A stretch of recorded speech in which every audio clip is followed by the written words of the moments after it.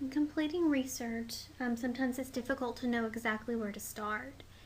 So what we're going to do is go through a few handy tips that'll help you when choosing your topic and when you start actually compiling your research.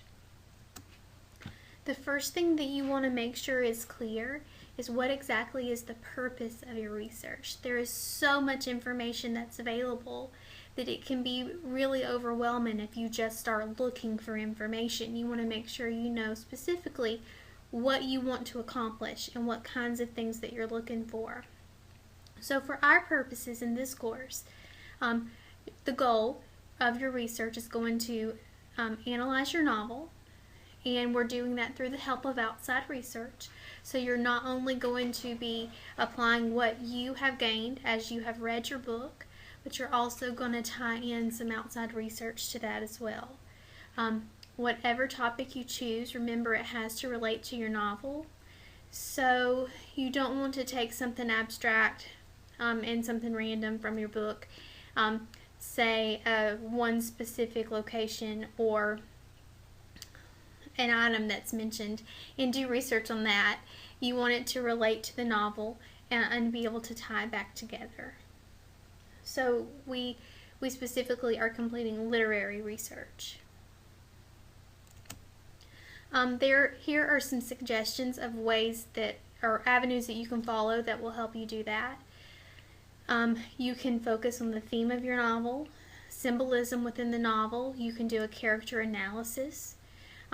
You can compare and contrast characters. You can focus on the setting itself, the conflict in the story, the history of your novel, which is always interesting, or the author's life and how the author's life influenced some of the events, characters, or places in the novel. Because generally you can always find some kind of influence from the author's life in a character or a location or a story that's told. So what you want to do is make sure, and this is where it can become tricky, make sure that when you're doing your research and you start presenting your information, that you're not doing a book report. You're not here to give us a play-by-play and tell us what happened in the story. You are using your research to help us understand why the author made these choices in the story. What is, if you focus on the theme, you would explain to us what you know the theme is, what it means, evidence of that theme throughout the story, and you possibly through your research could relate that to other works that were published in the same time period that have similar themes. You could talk about how that theme reflects things that were going on during that time period or things that were going on in the author's life. There are several avenues that you could choose. If you choose, say, the history of your novel, several of the novels that are available for or as an option for you are set during periods such as, say, the Civil War, the Great Depression, World War II. During the Civil Rights Movement, there are several moments in history that are captured through the works that you are reading during the course. So if you chose to focus on the history and what was going on in our country during that particular time, again, you would just make sure that you're tying it back to what's going on in the story. If you have any questions about how to do that or are unsure, please let me know. These are just suggestions, so if you have another idea, please feel free to run it by me. I'll be glad to brainstorm with you and we can decide together what path you want to go down for your project. So once you have decided your topic, you're going to start gathering your research. And with so much information that is available online, it's extremely important that you know what you can trust and what you cannot trust. In general, you want to focus your research on websites that are .org, .edu, or .gov. These are the websites that are going to be the most reliable and are going to give you the most or information that you can trust. Say if you find something that's on a .com website, but you find something just a little different but in the same kind of genre on a .org, go with the .org. That's going to be the most up-to-date and the most reliable. If you do stumble upon a .com website that you feel has some good information, you want to do a little research on the site itself just to make sure it's something you can trust. Look for who's responsible for the site. If it's a published author, or if it's a group such as the Harvard Press, or if it's a nationally recognized group, the American Red Cross, those kind of sites are going to be pretty reliable, and you're able to trust those, versus a site that's published and maintained by just anybody.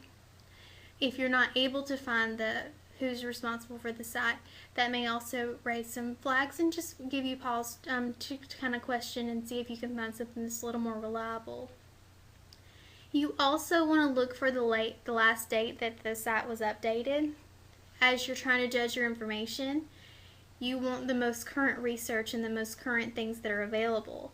So if you have two sources that have very similar information, if one was published in 1982 and one was published in 2011, you definitely want to go with the one that was published in 2011 to give you the most up-to-date information.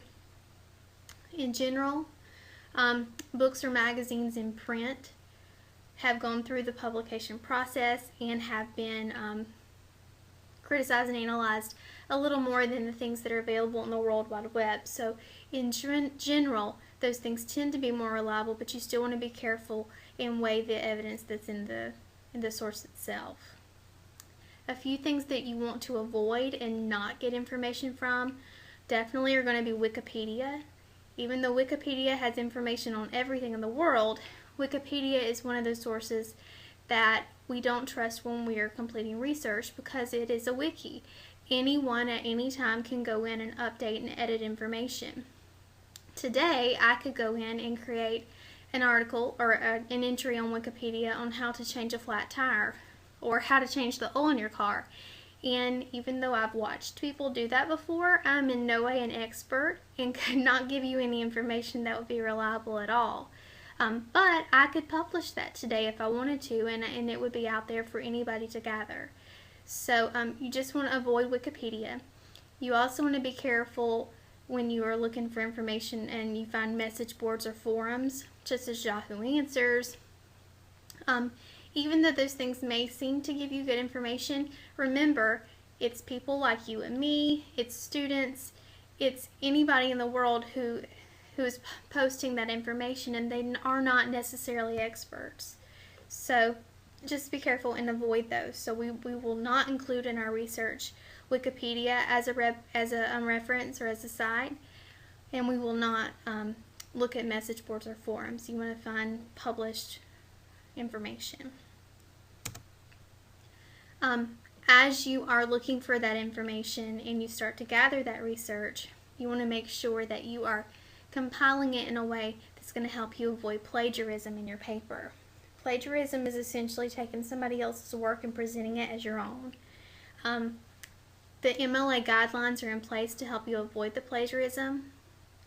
If you cite your work, paraphrasing, those things are going to help you avoid plagiarism but still be able to include someone else's work. As a general rule, if you're not sure, you need to cite the information. Make sure that anything that does not come from your own brain includes a citation, and that's going to help you avoid the plagiarism. As you are doing that, you're going to be paraphrasing some information. Sometimes there's confusion on what's the difference between a paraphrase and a summary. Remember, when you are paraphrasing information, you're taking the original words and translating them into your own words. That cannot be identical or nearly identical. If you take a sentence and only change 3 or 4 words, that's not paraphrasing. That's not putting it in your own words at all. So be sure that you're changing the words, putting them in their own words, and not changing the original meaning. But also remember that you still have to credit that source with a citation, even if you're paraphrasing and not using the direct quotes. So here's an example of how we would paraphrase. If we look at this quote by Abraham Lincoln, it says, I am not bound to win, but I am bound to be true. I am not bound to succeed, but I am bound to live by the light that I have. I must stand with anybody that stands right, and stand with him while he's right, and part with him when he goes wrong. So here is a way that we could paraphrase this quote.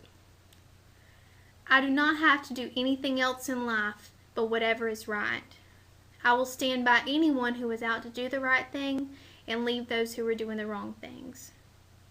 So we've kept the meaning of the paraphrase the same, or of the original quote, but we've definitely changed it and put it in our own words. We still would give Abraham Lincoln credit if we were including that in a paper, but we would not have to include that in direct quotations because we've included the paraphrase. So as you're compiling your research, it may be a good idea for you to go ahead, read the passage, close the book, and then jot down the information as you remember it in your own words. The more that you're paraphrasing it, the less likely you're going to be to use someone else's words as your own. It's going to be more in your own words and style. So those are some basics for getting started. Please remember, if you have any questions, please let me know. I'll be glad to help.